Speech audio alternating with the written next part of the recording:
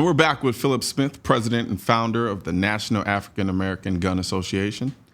And so before we left for break, I wanted to talk about, just generally speaking, the type of guns that most people tend to gravitate towards in your experience. It's funny when somebody comes into our organization for the first time, they like, I guess, the name they hear out in the internet or on the street. I want a Glock, or can I have a Smith & Wesson, or let me see that AK-47. But what happens, it's a funny process. When they go to the range, they find out typically those guns may not be the best guns for them. Yep. The pistol grip, it might be too small or too big, and the recoil might be too much for this particular gun, and they change their mind. And that's funny watching that process, but it's kind of humorous when they walk in the door. I mean, the funny thing is, for me, I know, like, I grew up listening to a lot of hip hop, and I remember some of the names that were thrown out there. And that was, like the gun industry isn't secluded from name brand recognition at all. Exactly. And I remember going in, I'm like, there's certain guns that I wanted to try. And then I realized, like you said, they weren't the greatest guns for me. Some didn't fit my hands very well. Some I just didn't like the way they recoiled, and whatever the case may be. Now, do you find it easy? Do you find that it's a harder sell for new gun owners when you start talking about, say, for instance, AR-15s? It doesn't really matter. I mean, I don't see I guess for our folks, they're just looking for something that's practical. Mm-hmm. If AR-15 fits that format or that need, then great, go ahead and buy it. I don't really see a difference. Some guys, it's, I'm talking about the males here with the machismo. They want the big, with AR, and they want to have the 30 clip and all that kind of stuff. And versus the women who typically want a pistol. But it just varies. Well, men, we're professional overcompensators. So exactly. But no. So the other day, I responded to an article written by a woman by the name of Renee, who writes for the Boston Globe, and you have some familiarity with her because she's interviewed you a few times. Am I correct? Yeah. A couple times, yeah. Yeah. And I was responding to an article where she talked about there being more risk for people of color.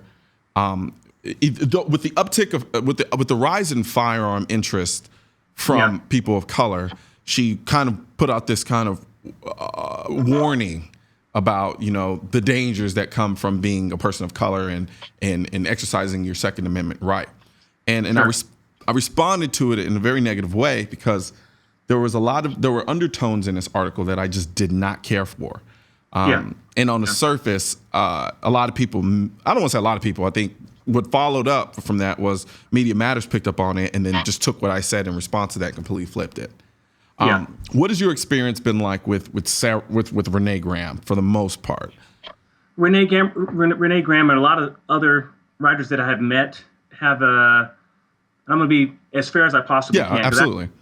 So we have a term we use where I'm at. We agree to disagree, but let's not disconnect. In other words, let's have a civil conversation. Lots of times, folks in the media have this ingrained view that guns are just bad for our community. Yeah. And I disagree with that wholeheartedly. I'll give you an example. When Philando Castile was shot, I got about 30 phone calls, about 60 emails saying, Philip, I have a gun. I've got a concealed carry license. What should I do? And I snapped back to each and every one of those responses saying, don't you dare stop carrying your gun. Don't you dare put your gun away. Because when you do that, you automatically diminish your own Second Amendment rights, and you, by default, become a second-class citizen. I'm just a big advocate of carrying a gun at all times. If something happened where someone or one individual is in the wrong, let's address that particular person, get him or her out the way. Absolutely. But we're not going to change our Second Amendment rights because of fear. No. Our ancestors died for that. No. Absolutely. And that was my biggest complaint. It was kind of like you're literally standing on these tragedies in a way to push an anti-gun narrative. And I got some criticism from people who were like, well, I read the article and it seemed pretty fair to me. And that's when I have to implore people. You've got to look deeper than the surface level. If you go and you look at her catalog of articles, you clearly start to understand that she is not pro-gun. And she has her own agenda in that regard.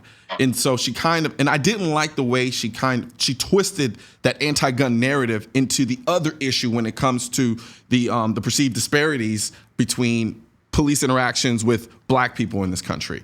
and with some of the more popular cases that have come up. I didn't like that. And that's when I kind of went on my soapbox and started talking about that. Because from that standpoint, she wrote an article, I believe, what was it called? She wrote an article called "Don't Mourn, Organize. Citizens Must Keep Agitating for Gun Control." And in the article, it was essentially an NRA hit piece. And I know in the community, there's this perceived notion about the NRA.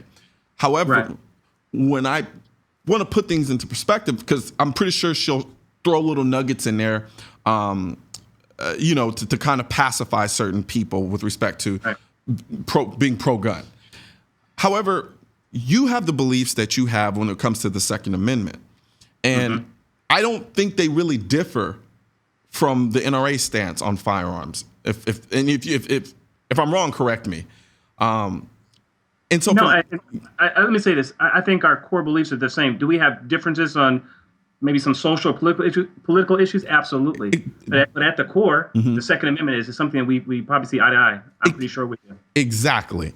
And so for me, you can't tell me in one breath that you are pro or that you don't have a problem with the Second Amendment, but then advocate undermining one of the biggest organizations in protection of that right, while at the same time not advocating, like, for instance, National African American Gun Association. I'm pretty sure she's not trying to undermine you. She doesn't want you to disappear. And if that's the case, why is that? And I think in large part, I think it has a lot to do with the fact that they understand the influence that that organizations on a national level like the NRA wield in terms of protecting our rights. And then you do the exact same thing. Now, yours is a little bit more nuanced in terms of focusing on a particular group that I think has been underserved and underfocused in a lot of ways and have been lied to in a lot of respects. So that's just as important. But for people to come to me and accuse me and critique my critique of her article by saying, she didn't seem that bad. I don't know. I'm on my soapbox here just because I've had that one encounter with her. You've had multiple. So it is what it is. I always say this: stand your ground, stand on your beliefs, and make sure that what you're saying is accurate. I know for the National African American Gun Association, we get a litany of questions from various ends, either pro-gun or anti-gun, and we have to stand your ground. I'm here for unapologetically, African Americans getting guns. If you don't like that, I'm sorry. If you think we're going to get shot up now all of a sudden, I'm sorry, but we're still going to carry. Yeah, and as I told somebody else before, I will die exercising my Second Amendment right to protect my life, which I know that sounds like an oxymoron, but it is the truth. No, it makes sense. Absolutely. Very, very good. Well, thank you very much, Philip. It's been a pleasure, man, and I hope you can join us again. I look forward to. I'm keep in touch and see how things continue to grow with the organization, and I'll help out the best way that I can. And please join. It's free to join. So go ahead. Let them know where people can join. Yeah, everybody out there, go to www.naaga.co. It's free to join. We have a very, very fast-growing organization. We'd love to have you. We welcome differing views and conversations, so please come on board. Absolutely. Thank you very much. Thank you. Absolutely. You have a good one. You too.